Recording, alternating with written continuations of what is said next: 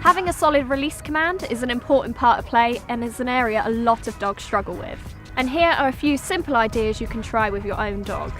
The first point is when you want your dog to give up the toy is to not pull back and take this from them. By pulling back, it's just very similar to the same motion you use to play tug, so your dog may just engage in the game even more.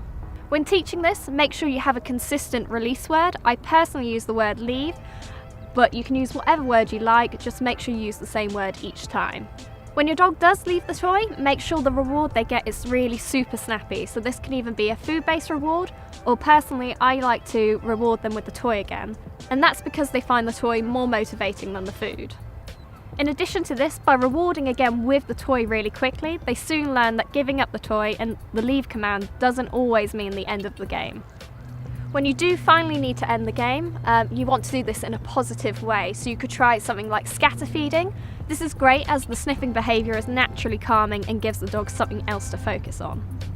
A quick game you can do to help encourage a leave command is toy switch. I'd start with 2 identical toys, that way your dog won't have a preference for either toy. Pop one behind your back and engage in tug as normal. As your dog is playing, you can then bring out the second toy, keeping the first toy still and wiggling this one to grab their attention. You can then add in a command such as switch. As your dog will then release, grab hold of the second toy, you can pop the first one back behind your back and start over again. Once your dog has got the hang of switching between 2 identical toys, you can advance this a little bit more by introducing 2 different toys. This makes it a little bit more complex because your dog will usually have a preference for one type of bite area over the other.